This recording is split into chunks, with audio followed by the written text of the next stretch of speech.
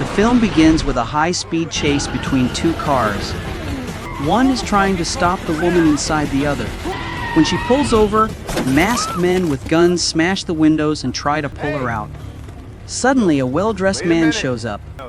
The attackers pause when they recognize him and say his name, Randall Thompson. Although Randall had never met them, the group acted like they knew him. As he tried to stay calm, the woman suddenly ran from the car but was shot in the leg. Randall rushed to help her but was shot too. Chaos broke out as the group was shocked by how quickly things had gone wrong. One of them panicked, but the gunman shot again, killing Randall. They searched his pockets, found a police badge, and took it before running away. A shop owner across the street saw everything and quickly called the police. Soon after, Randall's funeral was held, honoring his military service and work as a mercenary.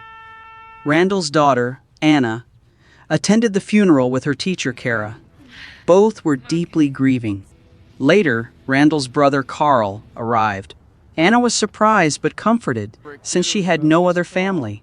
She introduced him to Kara, who greeted him kindly. Carl seemed ready to stay.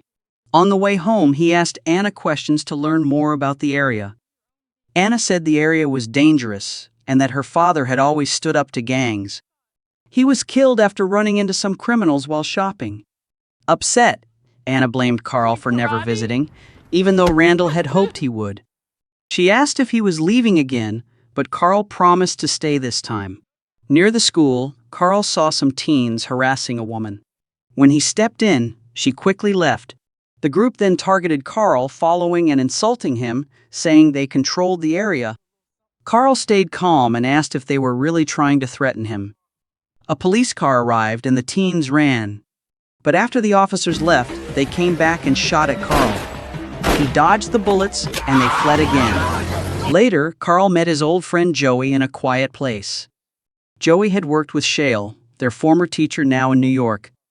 Carl asked Joey to help find his brother's killer and see if a gang was involved. Joey agreed to help Carl for free, glad to work with him again. That night, they met at a bar to plan. Joey said a shop owner saw the murder but wouldn't talk, likely out of fear. When Carl asked about the shooter, Joey said it was a student from Lantro High and a member of the Brotherhood gang.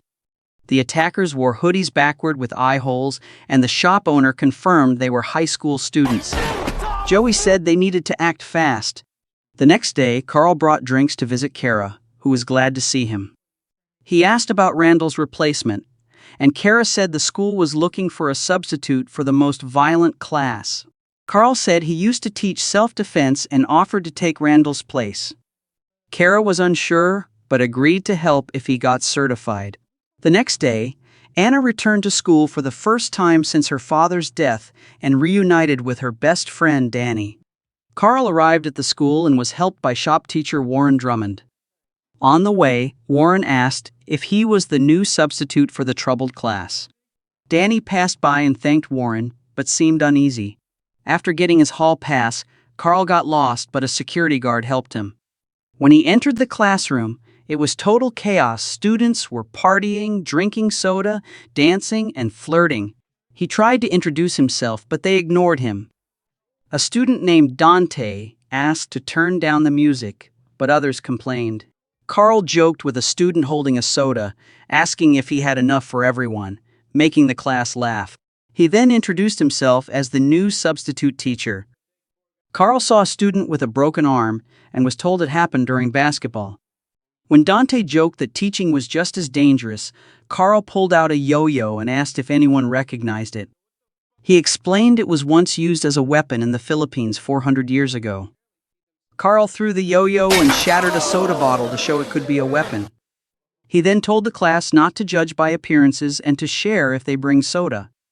The room went silent, and some students started paying attention, planning to test him later.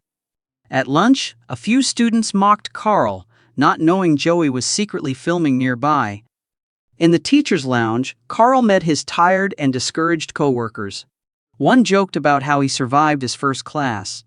Carl said the kids acted tough, but he wasn't sure they really were. Another teacher reminded him that Randall once thought the same. A teacher sarcastically brought up Randall's death, but Warren cut in. hinting the students wouldn't change. Despite his smug tone, he invited Carl for a walk and asked why he chose that class, subtly warning he should have picked an easier one. Kara teased Warren by pretending not to know Carl and asked him to introduce them. Elsewhere, Anna saw Dennis in a Mustang, complimented the car, and asked how he could afford it. He avoided the question and invited her for a ride she accepted. Meanwhile, Carl and Joey secretly followed students suspected of being in the Brotherhood and linked to Randall's death. They followed the group to an abandoned factory, where the gang was torturing the shop owner who had witnessed Randall's murder. Carl and Joey snuck in and saw the man hanging by his arms, badly beaten. Joey asked if they should step in, and Carl nodded. The gang leader was accusing the man of spreading rumors that they had killed the teacher, claiming they were just students. The man begged for his life and admitted he had called the police, which led to an even worse beating. Meanwhile, Carl set up his gear. Joey, unarmed, stepped out and warned the gang to let the man go. To back him up, Carl shot a few gang members in the leg. Joey aimed his gun at the gang leader and threatened to shoot if he didn't release the man. The leader surrendered and untied the victim. Joey warned the gang not to move until the laser dots disappeared, or they'd be shot. The gang froze as Joey led the victim out. At home, Anna and Dennis got close, but she pulled away when it went too far. Dennis asked why, and she joked to avoid the topic. Suddenly, Carl arrived, surprising Anna, who told Dennis to sneak out. She then greeted Carl, who joked about teaching you history.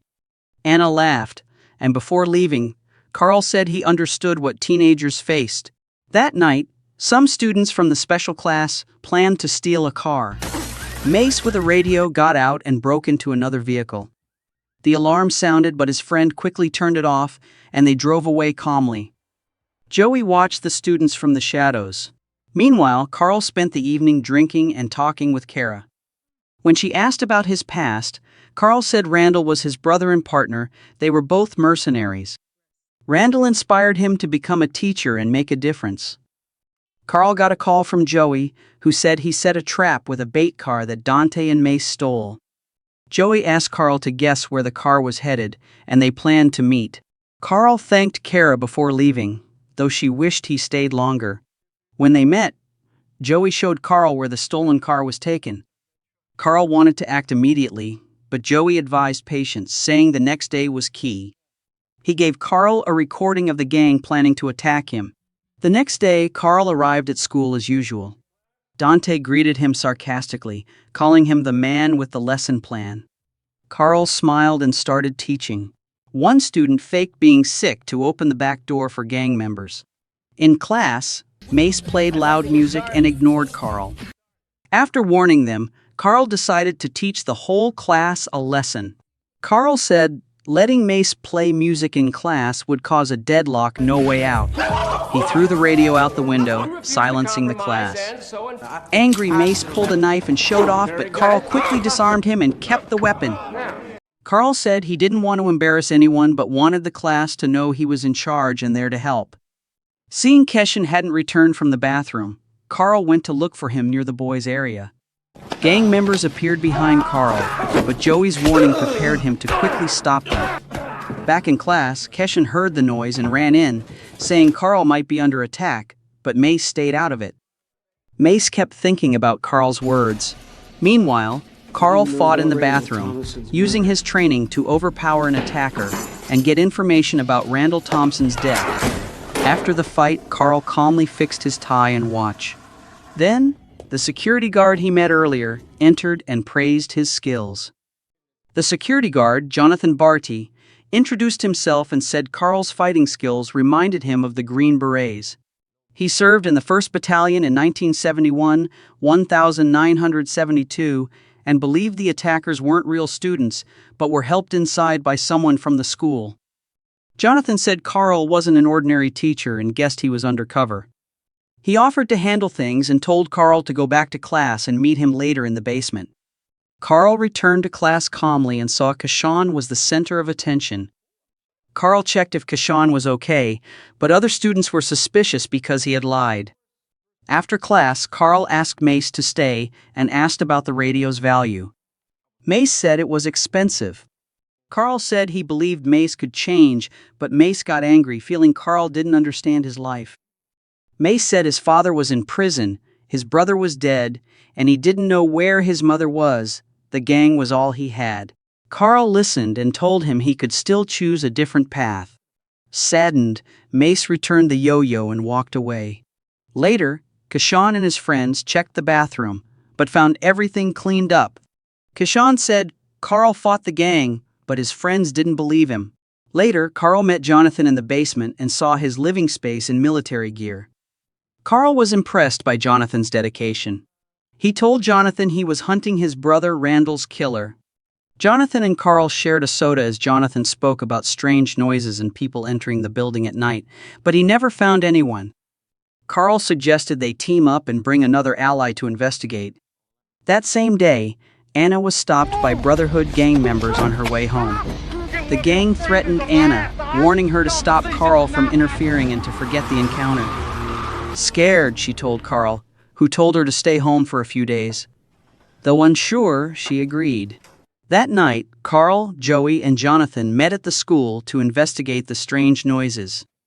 They quietly checked the garage, with Jonathan leading through a hidden passage. Carl found Warren and students working on cars, clearly involved in illegal activity. He reported that Warren ran a chop shop, breaking down 3 to 4 cars weekly and selling parts cheaply. They estimated Warren made over $100,000 a month.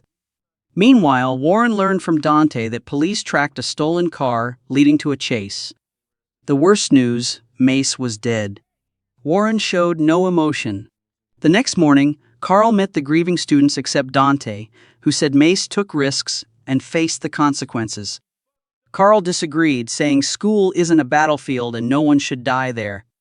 Dante said for people like him, the real world is a battlefield. Dante said they had to fight for everything. Unlike Carl, he blamed Mace's death on the police, not himself. Carl suspected Dante might be linked to Randall's death, even if unaware. After class, Carl asked Kara about Warren. Kara said Warren was popular at school, but cold and controlling personally. He once dated her, but she ended it because he was too possessive. The next day, Carl quietly asked Kara to check Warren's background and past jobs. While Carl and Kara talked, Warren watched them suspiciously. Later, Kara called Carl and Joey, saying she found something important and asked them to come over. They told Anna not to open the door, but soon after, someone knocked at Kara's door. Kara was surprised when Warren showed up with food, saying he was just passing by.